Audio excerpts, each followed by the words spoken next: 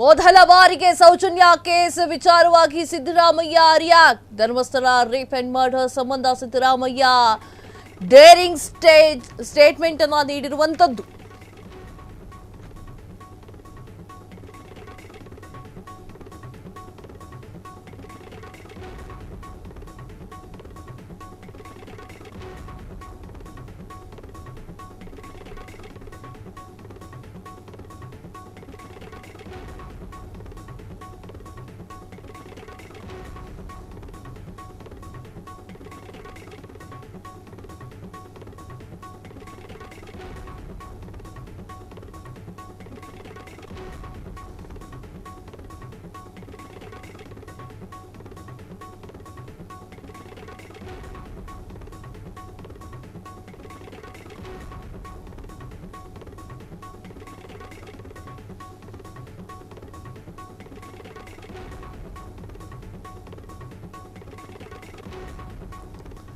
ಮೊದಲ ಬಾರಿಗೆ ಸೌಜನ್ಯ ಕೇಸ್ ವಿಚಾರವಾಗಿ Siddaramaiah react. Dharmasthala rape and murder ಸಂಬಂಧ Siddaramaiah daring statement.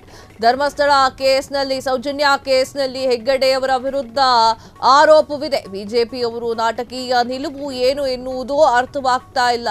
Soujanya case ಈಗಾಗಲೇ ಒಮ್ಮೆ ತನಿಖೆಯಾಗಿದೆ. ಬಿಜೆಪಿಯಿಂದಲ್ಲ ನಾಳೆ ಬೆತ್ತಲಾಗಲಿದ್ದಾರೆ. ಕಡೆಗೂ ಕೂಡ ಸೌಜನ್ಯ ಕೇಸ್ ವಿಚಾರ ಮೌನ ಮುರಿದಂತಹ ಸಿದ್ದರಾಮಯ್ಯ ಎಷ್ಟೇ ವಿಚಾರಗಳನ್ನ ಮಾತನಾಡಿದ್ರು ಕೂಡ ಸಿದ್ದರಾಮಯ್ಯ ಆಗಲಿ ಬೇರೆಯವರಾಗ್ಲಿ ಸೌಜನ್ಯ ಕೇಸ್ ಬಗ್ಗೆ ಮುಡ್ತಾ ಇರಲಿಲ್ಲ ಮಾತನ್ನ.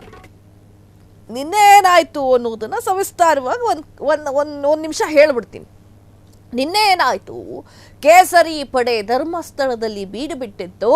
ಅದರಲ್ಲಿ BY ವಿಜಯೇಂದ್ರ ಹಾಗೂ ಸಂಘಟಕರು ಸೌಜನ್ಯ ಅವರ ತಾಯಿಯನ್ನ ಭೇಟಿ ಮಾಡಿ ನಾವಿದ್ದೇವೆ, ಆರಾಮಾಗಿರಿ, ಏನೂ ಆಗೋದಿಲ್ಲ ಅಂತ ಹೇಳಿ 13 ನಿಮಿಷನೋ 10 ನಿಮಿಷನೋ ಸುದೀರ್ಘವಾಗಿ ಚರ್ಚೆಯನ್ನ ಮಾಡ್ತಾರೆ. ಅದಾದ ನಂತರ ಆ ವಿಡಿಯೋಗಳು ಸಖತ್ತಾಗಿ ವೈರಲ್ ಆಗ್ತವೆ. ಅವರ ಭಾಷಣ, BY ವಿಜಯೇಂದ್ರ ಅವರ ಒಂದು ಭಾಷಣ, ಧರ್ಮಸ್ಥಳದಲ್ಲಿ ಹೇಳಿರುವಂತಹ ಒಂದು ಭಾಷಣ ಸಖತ್ತಾಗಿ ಎಲ್ಲ ಕಡೆಗೂ ಕೂಡ ಪಸರಿಸುತ್ತೆ. ತದಾದ ನಂತರ ಇವತ್ತು ಸಿದ್ದರಾಮಯ್ಯ ಅವರು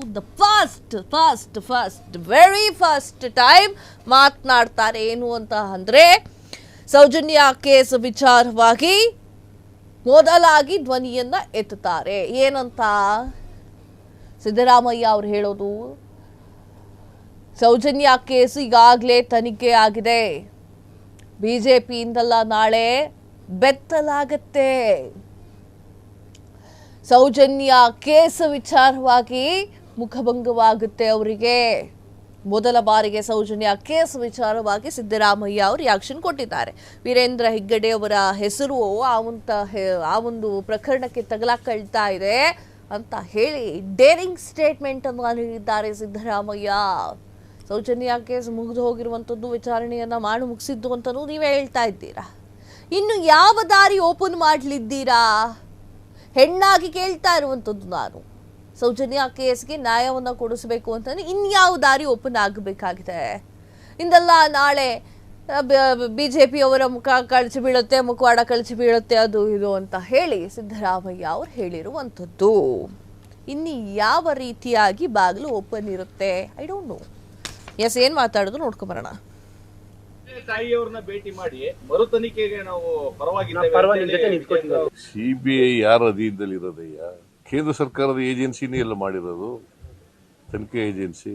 ಈಗ ಸುಪ್ರೀಂ ಕೋರ್ಟ್ಗೆ ಹೋಗ್ತೀವಿ ಅಂತಾರೆ. ಹೋಗೋದು ಬಿಡೋದು ಸೌಜನ್ಯ ಫ್ಯಾಮಿಲಿಗೆ ಸೇರಿದ್ದು. ಇವರು ಯಾರ ಪರ ಇದ್ದಾರೆ? ಒಂದ್ ಕಡೆ ವೀರೇಂದ್ರ ಹೆಗ್ಗಡೆ ಅವರಿಗೆ ಜೈಕಾರ ಹಾಕ್ತಾರೆ, ಇನ್ನೊಂದ್ ಕಡೆ ಸೌಜನ್ಯ ಎತ್ಕಿಡ್ತಾರೆ. ಇವ್ರು ಯಾರ ಪರ ಇದ್ದಾರೆ? ಇದರಲ್ಲೂ ರಾಜಕೀಯ ಲಾಭವನ್ನು ಪಡೆಯಲಿಕ್ಕೆ ಹೌದೌದು, ರಾಜಕೀಯದಲ್ಲಿ ಬೇರೆ ಏನಿದೆ ಇಲ್ಲಿ? SIT ತನಿಖೆ ಮಾಡ್ತಾ ಇದೆ. ಸತ್ಯ ಹೊರಗಡೆ ಬರಲಿ, ತನಿಖೆ ಮುಗಿಲಿ.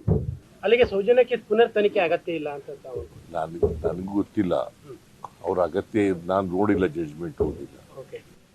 ಅವರು ಅಗತ್ಯ ಇದ್ರೆ ಹೋಗ್ಲಿ ಕೋರ್ಟ್ಗೆ, ನಾನು ನೋಡಿಲ್ಲ.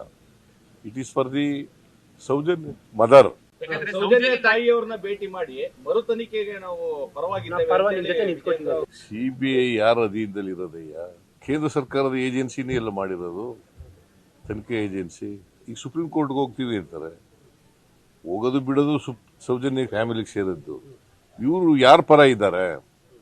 ಒಂದ್ ಕಡೆ ವೀರೇಂದ್ರ ಹೆಗ್ಗಡೆ ಅವರಿಗೆ ಜೈಕಾರ ಹಾಕ್ತಾರೆ, ಇನ್ನೊಂದ್ ಕಡೆ ಸೌಜನ್ಯ ಎತ್ಕಿಡ್ತಾರೆ. ಇವ್ರು ಯಾರ ಪರ ಇದ್ದಾರೆ? ಇದರಲ್ಲೂ ರಾಜಕೀಯ ಲಾಭವನ್ನು ಪಡೆಯಲಿಕ್ಕೆ ಹೌದೌದು, ರಾಜಕೀಯದಲ್ಲಿ ಬೇರೆ ಏನಿದೆ ಇಲ್ಲಿ? SIT ತನಿಖೆ ಮಾಡ್ತಾ ಇದೆ, ಸತ್ಯ ಹೊರಗಡೆ ಬರಲಿ, ತನಿಖೆ ಮುಗಿಲಿ. ಅಲ್ಲಿಗೆ ಸೌಜನ್ಯಕ್ಕೆ ಪುನರ್ ತನಿಖೆ ಅಗತ್ಯ ಇಲ್ಲ ಅಂತ ತಾವು. ಕ್ಷಣ ಕ್ಷಣದ ಸುದ್ದಿಗಳಿಗಾಗಿ ಫ್ರೀಡಂ ಟಿವಿ ಸಬ್ಸ್ಕ್ರೈಬ್ ಮಾಡಿ, ಲೈಕ್ ಮಾಡಿ ಹಾಗೂ ಫಾಲೋ ಮಾಡಿ. ಹೊಸ ಸುದ್ದಿಗಳ ನೋಟಿಫಿಕೇಶನ್ಗಾಗಿ ಬೆಲ್ ಐಕಾನ್ ಮೇಲೆ ಕ್ಲಿಕ್ ಮಾಡಿ.